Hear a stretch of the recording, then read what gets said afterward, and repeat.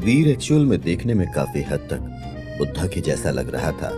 उसका चेहरा एक एवरेज से कहीं ज्यादा अट्रैक्टिव लग रहा था, लेकिन एग्जैक्टली बुद्धा के जैसा लगने के लिए वो बहुत ही ज्यादा थिक नजर आ रहा था।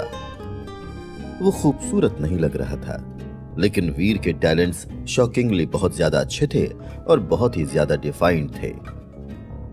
यहां तक कि स्पीचलेस भी इस बात से जेलस थी, वीर जो करने के काबिल था। लेकिन जिस चीज ने उसे सबसे ज्यादा शॉक किया था वो थी वीर की आंखें। वो खूबसूरत नहीं थीं, लेकिन वो बहुत ही ज्यादा अट्रैक्टिव थीं। अब ऐसा क्यों था, ये वजह वो चाहकर भी समझ नहीं पा रही थी। उसकी आंखों में कुछ था जो स्पीचलेस को राइजिंग फीनिक्स के बारे में याद दिला रहा था। उसकी वो काले रंग की आंखें बहुत ही ज्यादा गहरी थीं और उनमें देखते समय स्पीचलेस के लिए अचानक से ही अलग देख पाना मुश्किल हो गया था। धीरे धीरे स्पीचलेस का चेहरा ब्लश करना शुरू हो गया था। उसकी खुद की आंखें अजीब तरह से कांप रही थीं। वो वीर के और ज्यादा से ज्यादा करीब जाती जा रही थी। उसकी आंखें बहुत ही ज्यादा अट्रैक्टिव थीं और उसके होंठ वीर के होंठों के करीब पहुंच रहे थे। मुझे ऐसा क्यों लग रहा है कि ये अचानक से ही इतना ज्यादा अलग नजर आने लग गया है? स्पीचलेस मन ही मन सोचती है और उसका दिल जोरों से धड़कना शुरू हो जाता है। अचानक से ही वीर उसके लिए उतना ही ज्यादा जरूरी हो गया था जितना कि उसके लिए सांस लेना। वीर उसे उसके सपनों के राजकुमार के जैसा नजर आने लग गया था। स्पीचलेस की लाइफ फोर्स इस समय उथल पुथल थी। उसके होठों पर से एक ठंडी आह निकलती है और उसकी आंखें सॉफ्ट हो जाती हैं। उसे देखकर ऐसा लग रहा था जैसे कि मानो वो वीर को अपने करीब खींचना चाहती हो। सफेद रंग के नीचे उसके हाथ वीर की गर्दन पर लिपट गए थे और किसी भी पल उसके होंठ वीर के होंठों से मिलने जा रहे थे। तभी अचानक से स्पीचलेस के होंठों पर एक उंगली लैंड होती है और वो तुरंत ही अपने होश में आ जाती है। इसे इतना ज्यादा ट्राई मत करो, नहीं तो तुम्हें इसकी आदत हो जाएगी। स्पीचलेस के होठों को छूते हुए वीर अपने चेहरे पर स्माइल के साथ कहता है। वीर की बात सुनकर स्पीचलेस के गाल शर्म से लाल हो जाते हैं और फिर एक और ठंडी आह के साथ वो लड़खड़ाते हुए पीछे की तरफ चली जाती है। उसका दिल इस समय उलझा हुआ था और वो चाहकर भी वीर की तरफ देख नहीं पा रही थी। उसका दिल चाह रहा था कि धरती फटे और वो उसमें समा जाए। आई एम सॉरी, मुझे अभी अभी याद आया कि एक बहुत जरूरी काम है जो मुझे करना है, इसलिए अब मैं चलती हूँ।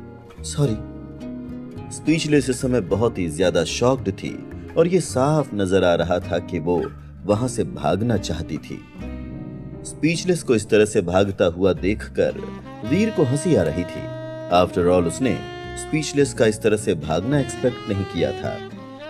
वीर की विल किसी डिफाइड बीइंग की जैसी है और यही वजह है कि स्पीचलेस जैसी किसी के लिए भी उसे मैनिपुलेट करने के लिए वो बहुत ही ज्यादा स्ट्रांग थी। स्पीचलेस की डिजायर स्किल वीर को हिला नहीं पाई थी। वीर को सेड्यूस करने की उसकी कोशिश उल्टी पड़ गई थी और यही वजह थी कि वो वहां से भाग गई थी। स्पीचलेस के वहां से जाने के बाद वीर फिर वहां मौजूद कुछ सीढ़ियों पर बैठ जाता है और वो वहां पर मौजूद हैप्पी बुद्धा वॉल को ऑब्जर्व करने लगता है। हालांकि ये बात और थी कि वीर को उस हैप्पी बुद्धा वॉल के बारे में कुछ भी खास नजर नहीं आ रहा था, लेकिन अब जब स्पीचलेस वहां से चली गई थी तब वीर अपने प्रोफेसर मंत्रा के ऑरा के साथ उस वॉल को स्कैन कर सकता था। अच्छा, अब समझ में आया। वीर उस हैप्पी बुद्धा वॉल की तरफ देखता है और फिर वो अपने प्रोफेसर मंत्रा के ऑरा को डीएक्टिवेट कर देता है। उसे पता चलता है कि उस दीवार को चेक करना वर्थ नहीं है, लेकिन अभी वो वहां से जाने के लिए तैयार हो ही रहा था कि तभी वहां पर कुछ लोग आ जाते हैं। वो लोग भी वहां पर उस वॉल को ही देखने के लिए आए हुए थे।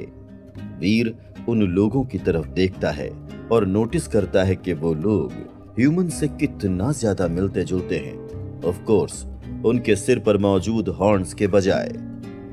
इसके अलावा वीर उस ग्रुप के लीडर को भी जानता था। मिस्टर डीमन, ये मरा नहीं है? मिस्टर डीमन को वहां पर देखकर वीर बहुत ही ज्यादा सरप्राइज्ड था। जब वो मिस्टर डीमन से मिला था तब वो प्लैनेट गेट पर था। मिस्टर डीमन ने वीर को डीमंस ग्रेव को ज्वाइन करने के लिए इनवाइट किया था और जब उन लोगों पर खतरा आया था तब मिस्टर डीमन ने वीर को अकेला छोड़ दिया था और खुद डेजर्ट में भाग गया था। तब से लेकर वीर ने आज तक उस आदमी को नहीं देखा था और इसीलिए उसे लगा था कि मिस्टर डीमन मर चुका है। अपैरेंटली वो आदमी सर्वाइव कर गया था और उसके ऊपर से वो भी उसी समय ही बुद्धा किंगडम आया था जिस समय वीर आया था। ऐसा लग रहा था जैसे कि जितने समय वो लोग दूर रहे थे उतने समय में उसने काफी ज्यादा प्रैक्टिस कर ली थी। वो वीर से कहीं ज्यादा फास्ट था और इसीलिए वो एक अर्ल था। जब मिस्टर डीमन वीर को देखता है तो वो भी काफी ज्यादा सरप्राइज्ड नजर आने लग गया था। तुम हो नाइफ क्वीन के स्टूडेंट वीर रहेजा? मिस्टर डीमन वीर से पूछता है। हाँ, मैं ही हूं वीर रहेजा। तुम कौन हो?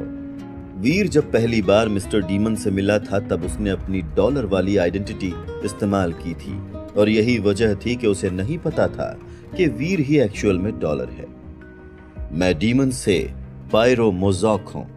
लोग मुझे मिस्टर डीमन भी बुलाते हैं। पायरोमोज़ॉक यानी कि मिस्टर डीमन अपने चेहरे पर स्माइल के साथ वीर से कहता है और वीर नोटिस करता है कि वो अपने साथ कुछ डीमंस को भी लेकर आया था। तुम जरूर ही यहाँ पर बुद्धा हेवन को एक्सेस करने के लिए आए होगे, है ना? क्यों ना हम वहां पर साथ में चलें? अपने चेहरे पर स्माइल के साथ वीर को देखते हुए मिस्टर डीमन कहता है, दरअसल मेरे पास कुछ और भी काम है जो मुझे निपटाने हैं। आपको निराश करने के लिए माफी चाहता हूं। मिस्टर डीमन से इतना कहने के बाद वीर फिर वहां से चला जाता है। वीर अब अच्छे से जान चुका था कि पायरोमोज़ॉक यानी कि मिस्टर डीमन किस तरह का आदमी है और इसीलिए वो ये भी जानता था कि वो उसके साथ पूरी तरह से कोऑपरेट नहीं कर सकता था। अशिष्ट। वीर के वहां से जाने के बाद मिस्टर डीमन के पीछे मौजूद एक डीमन कहता है, उस आदमी के जीन्स भले ही स्टेबल न हो लेकिन उसकी स्किल बहुत ही ज्यादा कमाल की है। नाइफ क्वीन ने उसे अपने स्टूडेंट के तौर पर लिया है और इसीलिए बेहतर यही होगा कि हम उसे ऑफेंड ना करें। हेवन की ये ट्रिप मेरे लिए बहुत ही ज्यादा इंपॉर्टेंट है। हम किसी भी तरह की नाकामी का रिस्क नहीं उठा सकते हैं, इसलिए प्लीज अच्छा बिहेव करो और मेरे लिए किसी भी तरह की मुश्किल पैदा मत करो।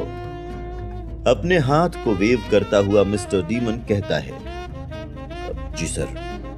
बाकी के डीमंस भी मिस्टर डीमन की बात से अग्री हो जाते हैं। वीर वेस्ट की तरफ जा रहा था लेकिन उसके पास रुककर वहां के नजारों को एडमायर करने का समय नहीं था। वो केवल उस शहर में वापस जाना चाहता था जहां पर बर्निंग लैंप अल्फा अपनी स्पीच डिलीवर करने वाला था और फिर उसके बाद वो उस हेवन ट्रिप को खत्म करना चाहता था ताकि वो अपनी पत्नी के साथ वापस लौट सके।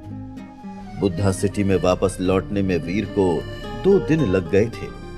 जैसे ही वो बुद्धा सिटी वापस लौटता है उसे वहां भीड़ में एक जानी पहचानी सी शैडो नजर आती है।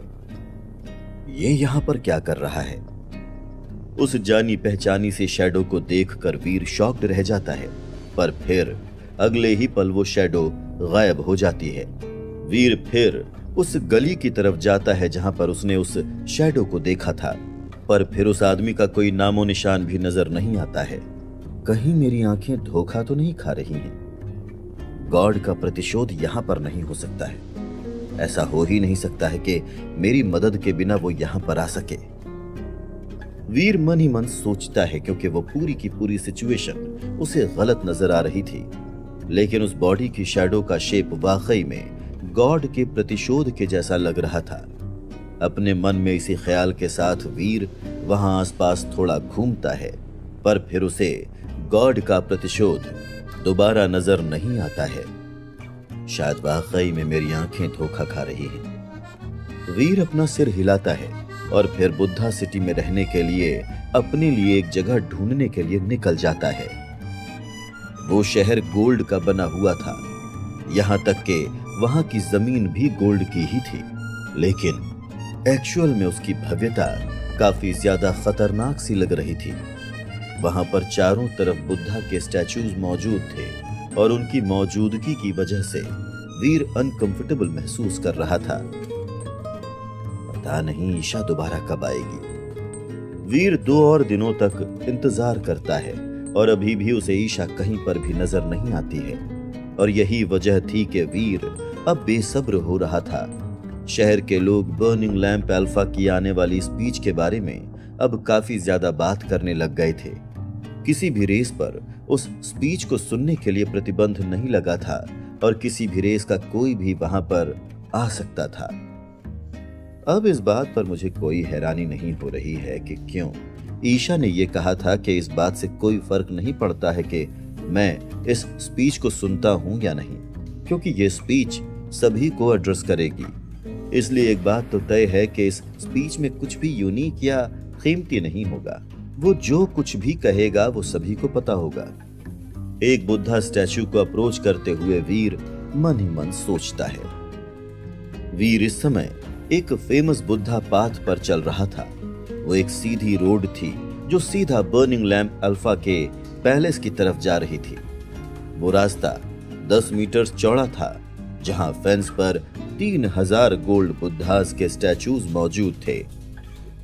र्यूमर्स का मानना था कि हर एक बुद्धा एक दुनिया को रिप्रेजेंट करता है, तो वहां पर 3000 बुद्धा के होने का मतलब यह हुआ कि वहां पर 3000 दुनिया मौजूद हैं। बुद्धास की एक जीन आर्ट थी जिसका नाम 3000 वर्ल्ड्स था। वो उस रास्ते के 3000 बुद्धास से बना हुआ था। हालांकि वीर को इन कहानियों पर भरोसा नहीं था, लेकिन इस समय वीर के पास कुछ भी बेहतर करने के लिए नहीं था और इसीलिए वो वहां पर जाकर एक नजर डालना चाहता था। हो सकता है कि उसे 1 या 2 चीज सीखने को ही मिल जाए, क्योंकि बर्निंग लैंप अल्फा एक स्पीच देने वाला था, इसलिए ज्यादातर आउटसाइडर्स वहां पर थे, बिल्कुल वीर के जैसे। वो सब के सब अपने अपने खुद के मैजिक को साथ लाए थे। बबल एक्साइटमेंट में पागल होकर ऊपर और नीचे कूदने लग गया था। मैजिक की इंटेलिजेंस धीरे धीरे ग्रो करती है और उनकी पर्सनैलिटीज काफी ज्यादा सिंपल होती हैं। वो कॉम्प्लेक्स बीइंग्स नहीं थे। ऐसे में इंटेलिजेंस की उस लेवल पर पहुंचना जहां पर वो ईशा या किसी का भी शेप ले सके, ऐसा होने में कुछ 10 सालों का समय लग जाता है। साथ ही साथ ऐसा होने में बहुत ज्यादा एनर्जी भी लग जाती है।